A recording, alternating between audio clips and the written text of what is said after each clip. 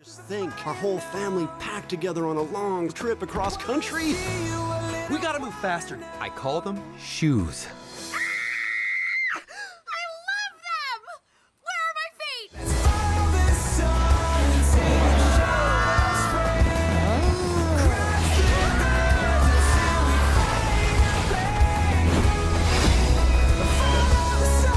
so beautiful.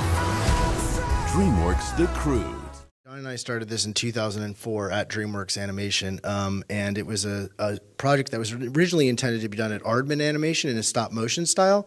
So it was a very different story, but it had a very similar theme, which was the fear of change. And that was something that Jeffrey Katzenberg and everyone at DreamWorks really thought that there was something there, and they loved the world, and they loved what, some of the early design work. And it wasn't until Chris came over in 2007, then we started working together on it. And then that's when it transitioned from being what was largely a buddy comedy film into this family ensemble comedy, which was relatively a fresh idea for DreamWorks, as it's the first DreamWorks family film that features an entire family that is related, and with a live mother and a live grandmother. Yeah, so multi-generational comedy. So it had a long history, but throughout it all, I mean, the thing that I think always drove us back was, it was the theme, that fear of change, but there's something so wonderful about that metaphor of cavemen, which is they have these beginner's minds, they're naive, they have these blind spots, but they have such good hearts, and I think that's what all the actors responded to. And when we watch the movie with audiences, wherever we are, I think that's what people like. They're just genuinely good. Grug's a genuinely good dad, just trying his best, and I think everyone can relate to that sort of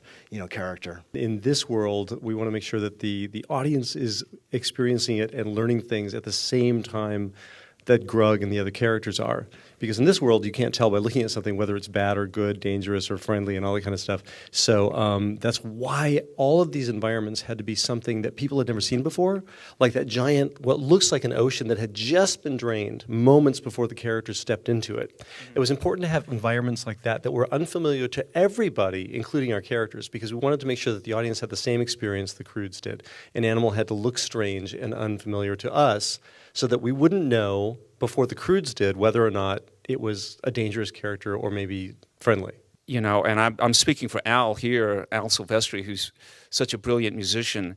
I know that he collaborates with you guys early on, just really to try to understand what the tone of the picture is going to be. And the music is so embedded in this movie that it has to start early, or it comes in last, and it really isn't part of it. So the best filmmakers understand that music is a vital part of what's going on. And Chris and Kirk were, always, well, they worked with Al before. This is my first picture with him. And I've worked with Al on several pictures. And in every way, I think he's part of the whole filmmaking process, And so I think that the music is successful in this movie because it got there early. And it was there early enough to feel everything else that everyone else is feeling as the movie grows. I think the music grew with it, What I would say is most different about animated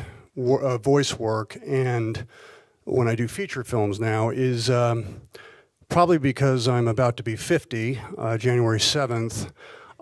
When I do a feature film where I'm also present in the scene, my body as well as my voice, I find that I have to now memorize the entire script.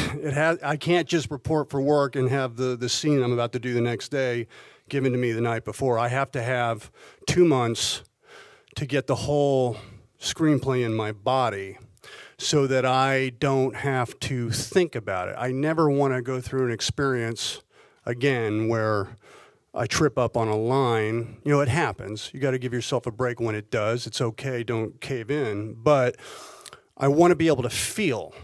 I don't want to think, So if I have the libretto so deep in my body that I can go off page and improvise, or I can find emotions to put within the dialogue, then I'm on point. But with animated movies, as I said before, I don't want to know the dialogue. I want it in front of me so it becomes almost like a radio play, like an Orson Welles thing, Mercury Theater, where I get the joy of spontaneity, where I haven't thought about it so much that I've already gone through all the moves. So I let that process happen with Chris and Kirk. But the key is to always change, there may be a point where I'll put an earwig in my ear and I'll have someone read me the lines like Brando did or a lot of actors do today. I don't want to be there yet because I do feel that, without sounding too precious, that film performance is a experience from within. I don't want someone reading lines to me that will take me out of that experience. I want to be in it so much that it's not acting anymore.